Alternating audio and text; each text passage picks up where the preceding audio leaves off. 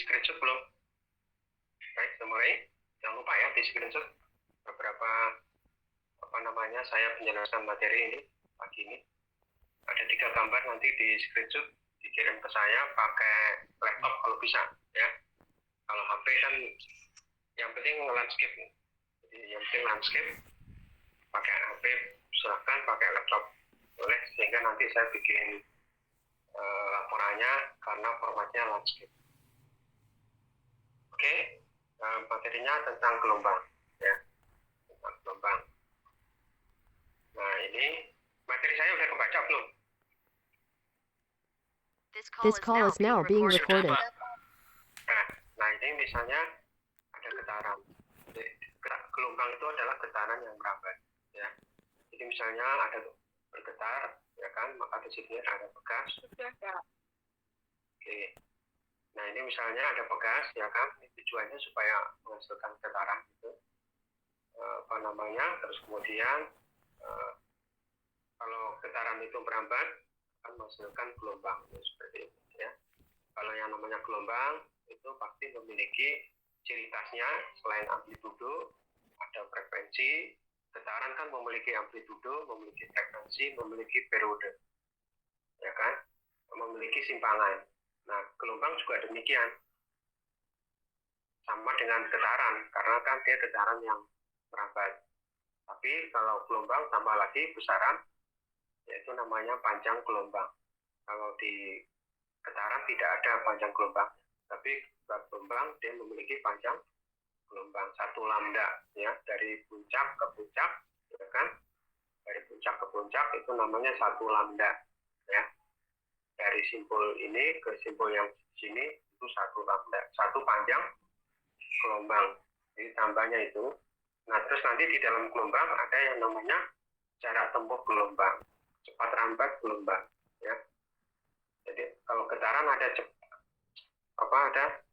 kecepatan getar, gelombang ada cepat rambat gelombang. Kemudian ada lagi bilangan gelombang ya, ada bilangan gelombang yang merupakan identik dengan panjang gelombang. Terus kemudian, nah ini adalah cepat rambat gelombang. Jadi kalau tadi ini menghasilkan gelombang, berapa sih cepat rambatnya? Cepat rambat gelombang lambda dikali panjang gelombang dikali frekuensi. Tambahnya itu.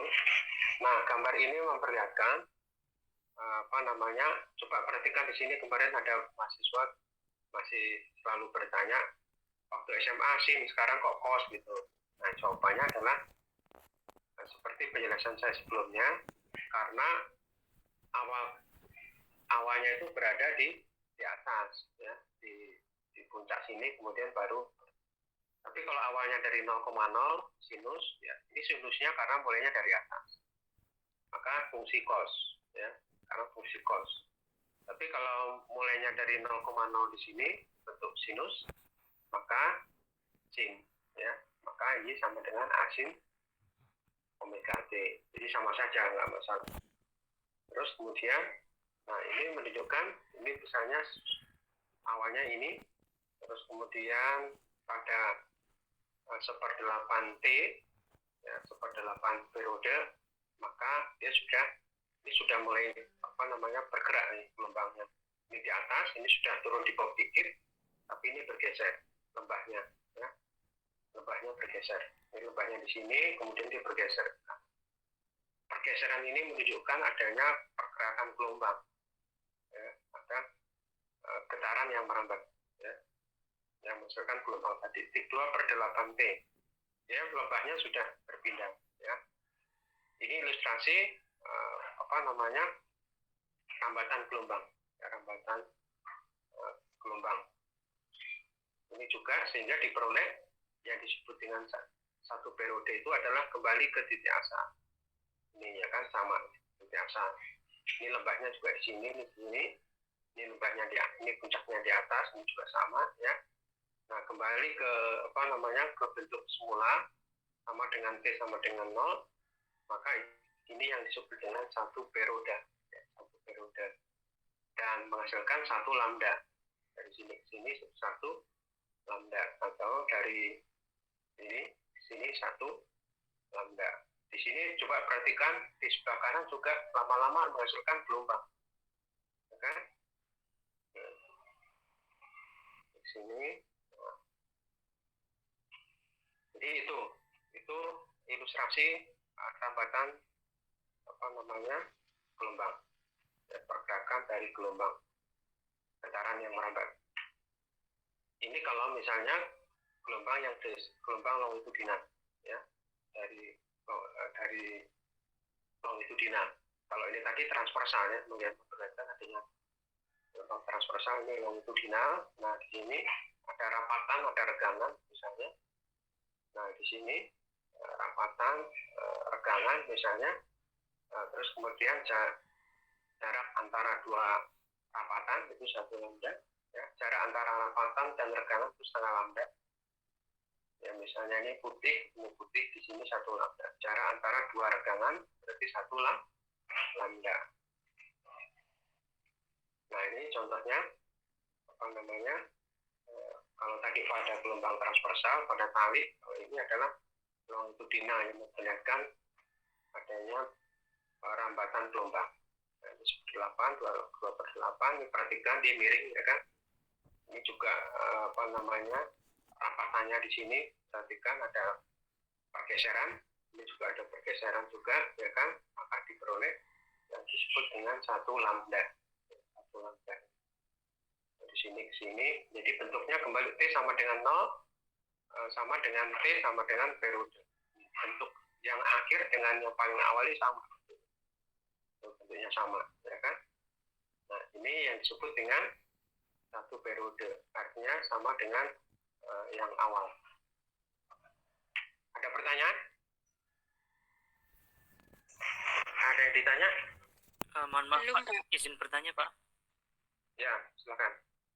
Tadi untuk menentukan amplitudo pada gelombang longitudinal itu bagaimana ya Pak?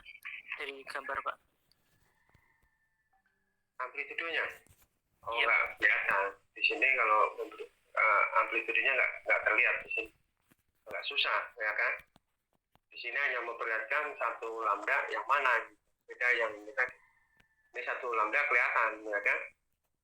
Amplitudenya kelihatan, lambdanya kelihatan. Kalau yang di sini susah memperlihatkan amplitudenya, ya.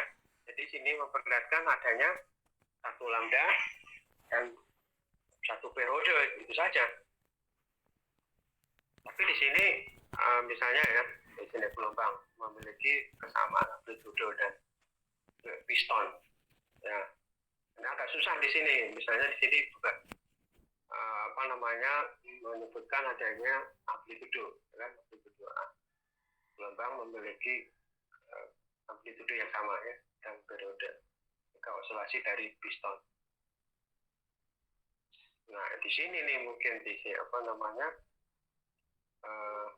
kalau dari sini kan memperlihatkan adanya puncak dan lembah, ya kan? Puncak pergeseran, puncak dan lembah.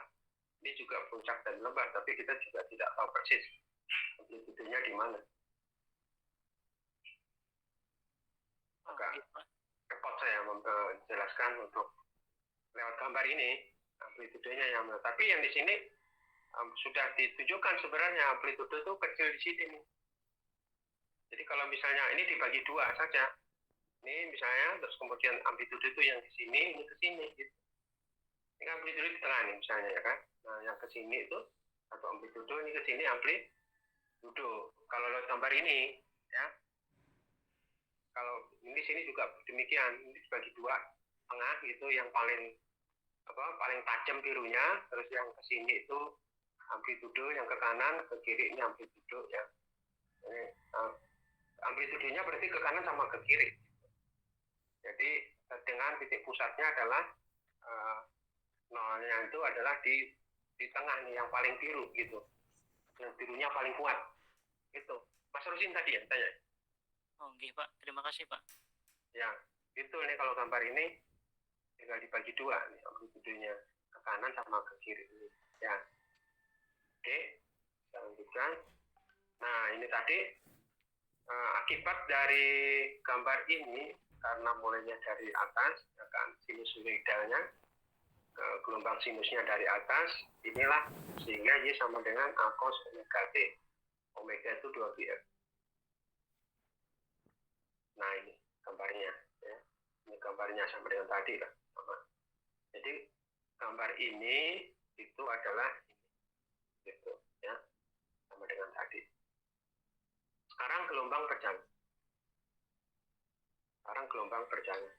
Sekarang memperlihat. Kalau ini tadi hanya menjelaskan bentuk gelombangnya, sekarang menjelaskan persamaan gelombangnya. Ya. Ada frekuensi, ada amplitudo, ada panjang gelombang, selesai. Ada amplitudo dari gambar sini. Sekarang masuk ke persamaan gelombang. Nih. Ya. Nah, Y sama dengan ini. Ini coba diperhatikan, replace mengganti T persamaan 15/2. Nih, T-nya ini diganti sekarang. T-nya ini adalah A cos omega T atau A cos 2π T. Berapa besarnya T? Nah, ini. T-nya adalah T min X per P. Nah, ini diganti, ya. Cos omega T. T-nya adalah T min X per P. Ya, karena ada jarak tempuhnya, ya kan? Ada jarak tempuhnya. Jadi karena ada jarak tempuhnya, maka di sini masuk X. Ya, masuk X per P. X per P. Nah, ini juga menunjukkan adanya sebenarnya juga waktu, ya. Waktu tempuh di sini. Waktu tempuhnya waktu ini.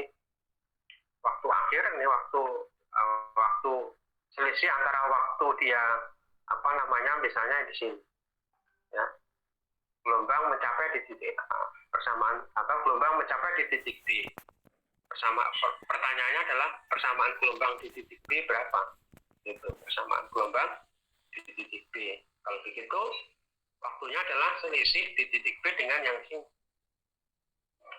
Jadi TB-nya selisih antara TB dengan T yang di awal tadi. Di sini ada delta T, ya, katakanlah di sini ada waktu tempuh yang disebut dengan delta T.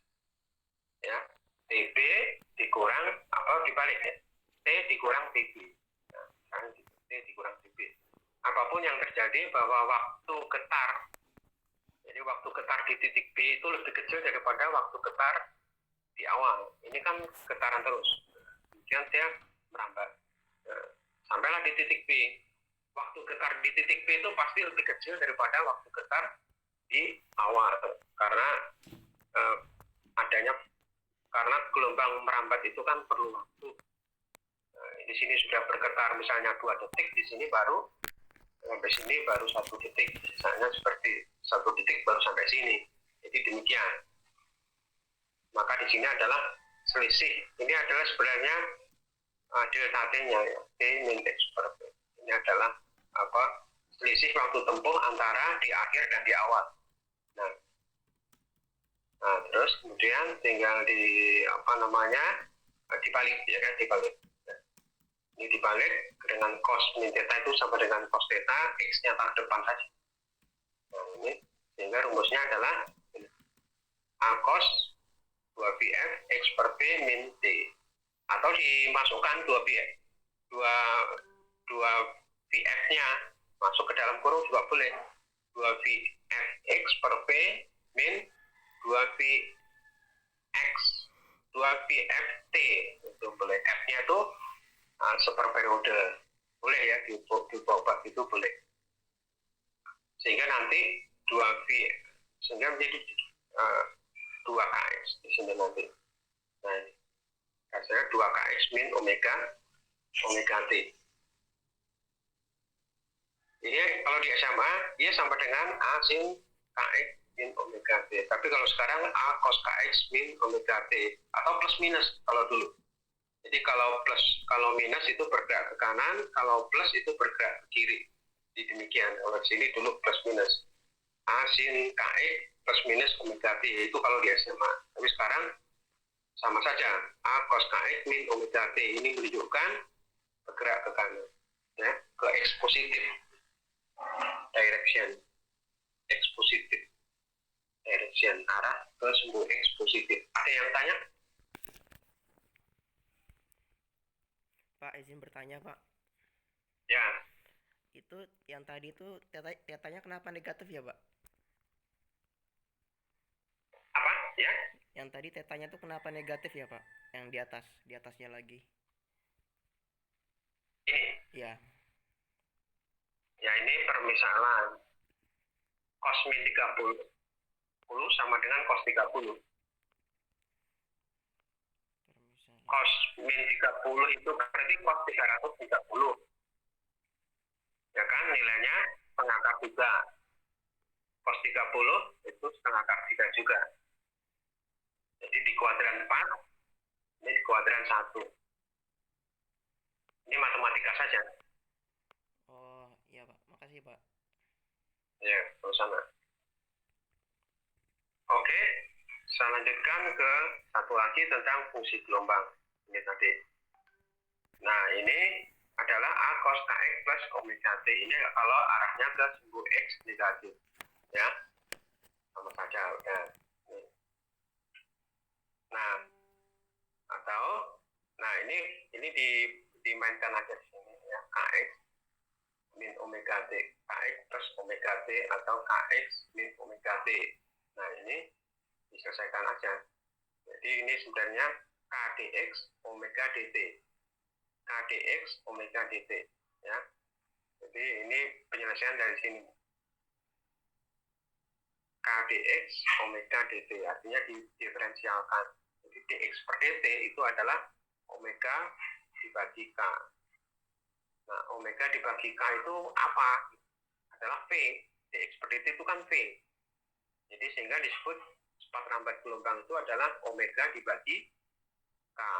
Omega dibagi k. Ya, itu cepat rambat gelombang.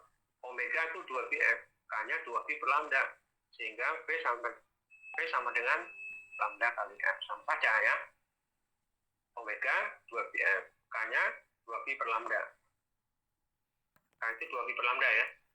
Ini, k itu 2pi per lambda, omega itu ini sudah ada, ini cuma dikembalikan ke persamaan. Ini contoh soal, ini dibaca sendiri karena ini contoh soal. Terus kemudian saya masuk ke kecepatan partikel dan percepatan, ya, dan percepatannya. Y sama dengan A cos kx min omega t dari persamaan ini. Lalu diturunkan, ya, diturunkan terhadap apa? Terhadap t. Ini berarti turunan dari ini a-nya tetap, turunan dari cos adalah min sin. Turunan cos adalah min sin. Jadi a min sin kx min omega t dikali lagi min omega karena diturunkan terhadap t, ya. Kalau dikali lagi min omega sehingga jadi positif, ya. Omega a sin kx min omega t. Ini kecepatannya. Ada pertanyaan?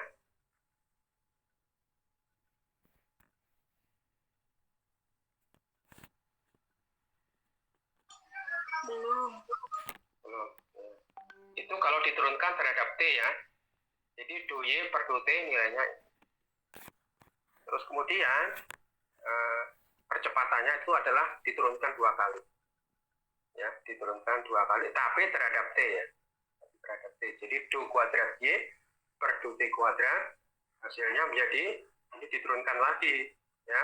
Turunan dari sin adalah cos ya, omega a dikali cos kx min omega t dikali lagi min omega karena kan ada lagi di sini variabel t min omega berarti min omega kuadrat a cos kx min omega t atau a cos kx min omega t adalah y sehingga min omega kuadrat y itu adalah percepatannya. Ada pertanyaan? Belum. Ya, sekarang yang persamaan ini tadi diturunkan terhadap X. Sekarang do Y per do X. dou per dou X berapa? Nah, ini diturunkan dou per dou X adalah A, ya kan, turunan dari cos adalah sin, min sin, ya kan, A min sin Kx min omega T dikali lagi K, gitu. Karena variabelnya adalah X, gitu. Kx, turunan dari Kx adalah K, sehingga hasilnya adalah min A kali K atau min Ka sin Kx min omega T, gitu ya. Terus diturunkan lagi sehingga menjadi yang dou per dou X kuadratnya, dou per terhadap X nih ya, sehingga menjadi min Ka kuadrat cos Kx min omega T, sehingga diperoleh min K kuadrat Y. Nah, kalau ini diturunkan terhadap X, ya kan? Nah, sekarang dou kuadrat Y per dou T kuadrat dibagi dengan dou kuadrat Y per dou X kuadrat, sehingga omega kuadrat dibagi K kuadrat, ya, Y-nya kecoret, sehingga ketemu P kuadrat, atau omega dibagi K adalah P. Jadi untuk ini penting ya, ini penting karena untuk apa? Untuk mencari persamaan umum gelombang. Persamaan gelombang itu apa? Ini adalah keyword, ini adalah kata kunci tujuan materi sekarang, mencari persamaan umum gelombang. Jadi kalau misalnya judul ini itu artinya ini sebenarnya persamaan umum gelombang. Persamaan gelombang selesai. Jadi pertemuan hari ini itu adalah sebenarnya ingin mencari persamaan umum gelombang ini, ya. Ini tinggal disilangkan aja kan. Dou kuadrat ini kali ini sama dengan ini, ya. Jadi disilangkan, ini dikali P kuadrat sama dengan ini. Atau dibalik, dou kuadrat Y dibagi dou X kuadrat seper P kuadrat. Ini persamaan umum gelombang. Ada pertanyaan?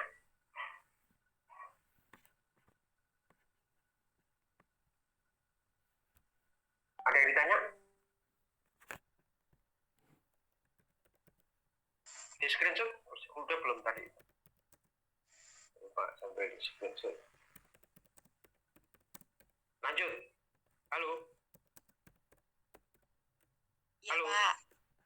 Lanjut. Iya, Pak. Iya, Pak. Ya, Monggo. lanjutkan. Ya. Tak lanjut nih ya. Nah, ini sekarang masuk ke superposisi. Superposisi itu perpaduan. Ya, perpaduan dua gelombang. Ya, superposisi itu adalah perpaduan. Prinsip superposisi. Nah, bagaimana menyelesaikan perpaduan dua gelombang? Misalnya ada Y1 dan Y2.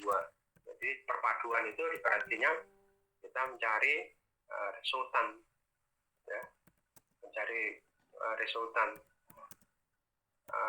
dijumlahkan saja Y1 ditambah Y2. Y1 ini menunjukkan ini Y1 dari kiri, Y2 dari kanan. Gambar ini memperlihatkan perpaduan antara dua gelombang Y1 dan Y2, tapi fasenya sama, ya, yang memiliki fase yang sama, ya, fasenya sama, jadi bentuknya sama artinya, ya. Kemudian berpadu menghasilkan ini. Terus kemudian kalau fasenya beda, kalau misalnya ada dua gelombang memiliki fase yang berbeda atau amplitudo yang berbeda, misalnya ini amplitudenya sama, ini fasenya juga sama, ya, amplitudenya sama, fasenya sama. Ini nanti menghasilkan gelombang stasioner atau gelombang berdiri, ya. Gelombang stasioner adalah perpaduan antara dua gelombang yang memiliki amplitudo dan fase yang sama atau berlawan. Amplitudenya sama, ya, fasenya bisa sama, bisa berlawanan. Kalau ini tidak menghasilkan gelombang stasioner, tidak. Jadi hanya perpaduan biasa, ini Y1, ini Y2. Amplitudenya beda. Mungkin fasenya juga beda di sini. Amplitudenya beda, fasenya juga beda. Jadi dari bentuk sempit dan tidaknya gelombang ini memperlihatkan fasenya juga beda, ya. Amplitudenya juga beda. Jadi ditambah saja Y1 tambah Y2 seperti biasa. Bagaimana? Nah, ini hasil hasil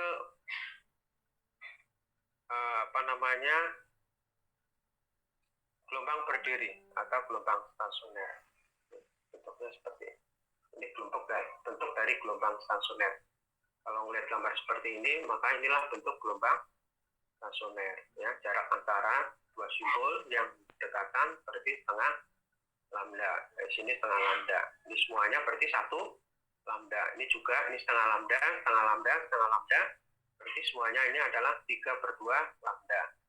Ini setengah lambda, setengah lambda, setengah lambda, setengah lambda berarti 2 lambda.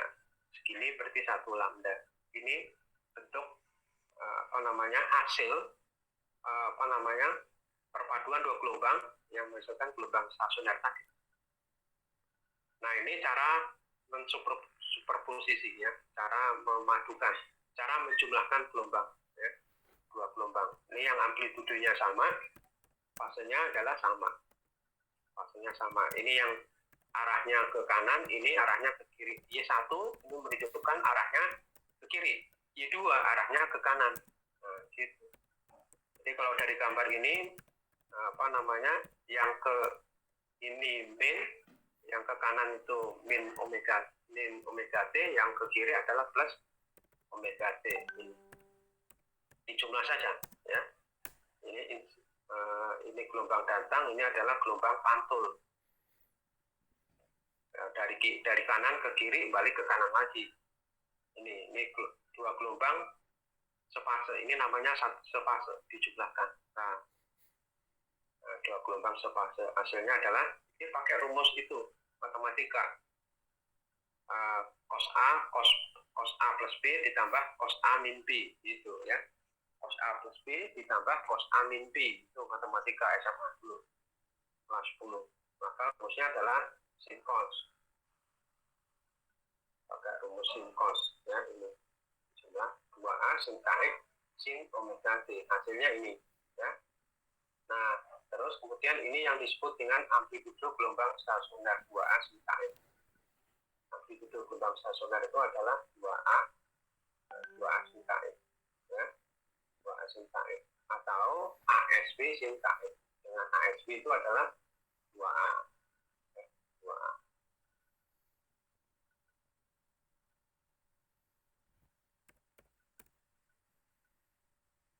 Ada yang bertanya?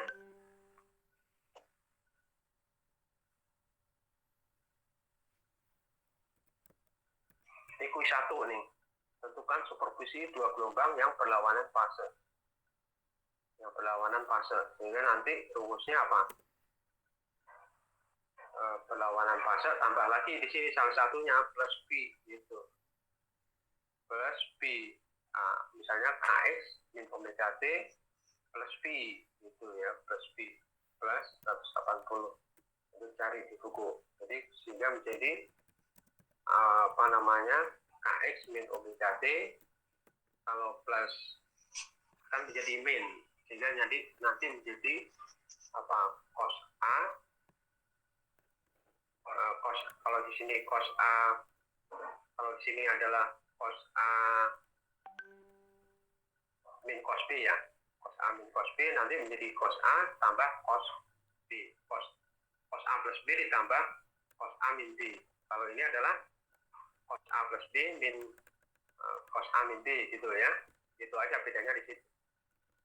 Jadi yang satu pakai rumus cos A plus B ditambah cos A min B, nanti satunya lagi cos A plus B min cos A min B.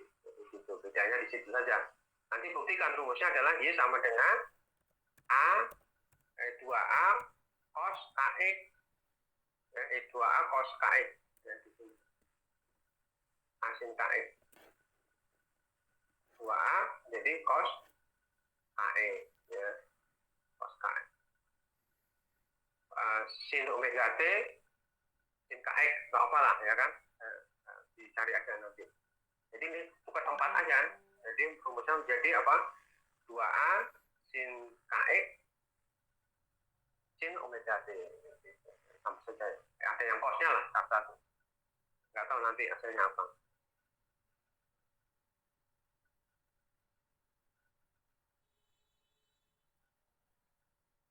Jadi yang satu di sini bisa cos gitu ya, A cos kx sin omega t. Kalau sekarang A sin kx sin omega t. Nanti buktikan sebagai Gustav 1. Nah, ini mencari jarak antara dua simbol yang berdekatan.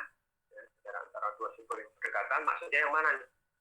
Ini antara dua simbol yang berdekatan. Kalau ini antara dua perut yang berdekatan. Nah, ini. Kalau dua simbol berarti syaratnya adalah sama dengan 0. Nah, ini nanti amplitude gelombang stasioner yang di sini ini sama dengan 0. Ya, sama dengan 0. Kalau mencari perut, berarti plus minus 1. Syaratnya. Plus minus 1 sehingga X sama dengan 0. Ya, jarak antara dua perut yang berdekatan. Jadi nanti X-nya berapa gitu. Nanti syarat adalah beda lagi sama ini nanti ya. Ini nanti berarti perut plus minus 1. Kalau ini langsung 0 ya. Sin kx sama dengan 0. Nanti sin kx itu plus minus 1. Kalau misalnya jarak antara dua perut yang berdekatan. Tentukan lagi jarak antara dua perut dan simbol yang berdekatan hasil superposisi yang berlawanan fase. Jadi dilanjutkan mencari jarak antara dua perut dan simbol. Ini adalah contoh soal untuk latihan soalnya, exercise, tugas, ya kan? Ini adalah untuk latihan soal sekarang. Ini untuk tugas 2 soal. Udah sampai di sini? Ada yang mau ditanya? Mohon maaf Pak, izin bertanya Pak. Ya. Bapak? Untuk persamaan gelombang, persamaan umum gelombang tadi kan ada turunan kedua dari Y Pak. Nah itu kenapa, itu kalau jika didefinisikan itu bagaimana ya Pak? Itu kan kayak bisa dicoret seperti itu Pak. Tapi kalau Ya, dalam yang itu Pak, turunan kedua do kuadrat Y itu kan sama Pak. Nah itu kenapa bisa sama ya Pak? Dan enggak misalnya dicoret atau bagaimana, itu bagaimana ya Pak? Ini do kuadrat dia dibagi 2x kuadrat. Yang dicoret kira-kira yang mana? Yang itu loh Pak, persamaan umumnya Pak. 2 kuadrat Y. Iya, itu kok. Itu kan sama Pak. Beda, ini kan 2x kuadrat, ini kan 2t kuadrat. Oh iya. Ya kan? Oh, Yang ini tadi kan diturunkan terhadap X. Ini hasilnya ini, ya kan? Yang diturunkan ini nanti keluar K. Yang satu lagi diturunkan terhadap T. Omeganya yang keluar. Kalau diturunkan terhadap X, K-nya keluar. Maka dari itu, kalau ini adalah omega kuadrat, ya kan? Karena diturunkan terhadap T. Kalau diturunkan terhadap X, maka di sini yang keluar adalah K kuadrat. Gitu. Bedanya di situ. Oh nggih Pak. Ya. Izin bertanya lagi bisa Pak? Ya boleh. Untuk menentukan plus minus dari superposisi gelombang itu bagaimana ya Pak? Tadi belum paham Pak. Ya ini kalau ini menunjukkan ya misalnya Y1 ya ini min A ya. Ini katakanlah anggap aja nggak usah pakai min lah ya. Ini nanti kalau mengerjakannya kalau misalnya ini positif aja, Y1 adalah A cos Kx plus omega T, Y2-nya adalah A cos Kx min omega T. Ini min-nya nggak usah ya. Min-nya ini nggak usah. Langsung saja. Maka hasilnya ya, kayak seperti ini jadinya kan. Jadi ininya min-nya nggak usah. Sehingga A cos Kx plus omega T dijumlah dengan A cos Kx min omega T. Jadi cos rumusnya jadi apa? Cos A plus B ditambah cos A min B. Hasilnya nanti nggak sama dengan ini nggak apa-apa ya. Coba nanti dicari. Nah nanti kalau misalnya yang ini tadi kan fase. Kalau berlawanan fase nanti A cos Kx plus omega T ini menjadi A cos Kx min omega T plus P lagi. Nah, plus P itu akhirnya menjadi min di sini ya. Jadi min. Jadi apa? A cos Kx plus omega T Y2-nya menjadi min A cos Kx min omega T. Nah, di sini nanti jadi min A cos Kx omega T dikurang cos Kx min omega T. Nah, cos min cos itu rumusnya apa? Sekarang adalah cos ditambah cos. Itu rumusnya apa? Cos min cos rumusnya apa? Nanti sudah menjawab kuis 1 dan kuis 2. Itu, ya. Oh, nggih, Pak. Terima kasih, Pak. Ya, ya, sama-sama. Bagaimana?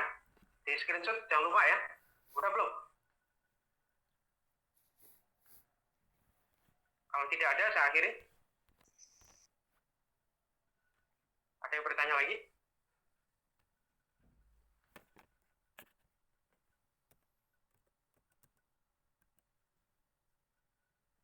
Halo? Tania, itu udah mau nyala, udah mau tanya, nggak jadi. Tania,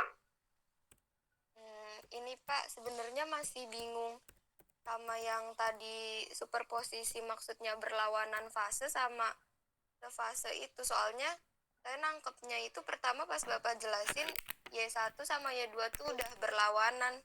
Itu apa nggak berlawanan? Jadi bedanya yang berlawanan fase sama sefase tuh apa ya Pak? Maaf masih nggak ngerti Pak. maksudnya, jadi misalnya dari gambar ini tadi, mana gambarnya? Oh, tadi saya mana? Mana gitu?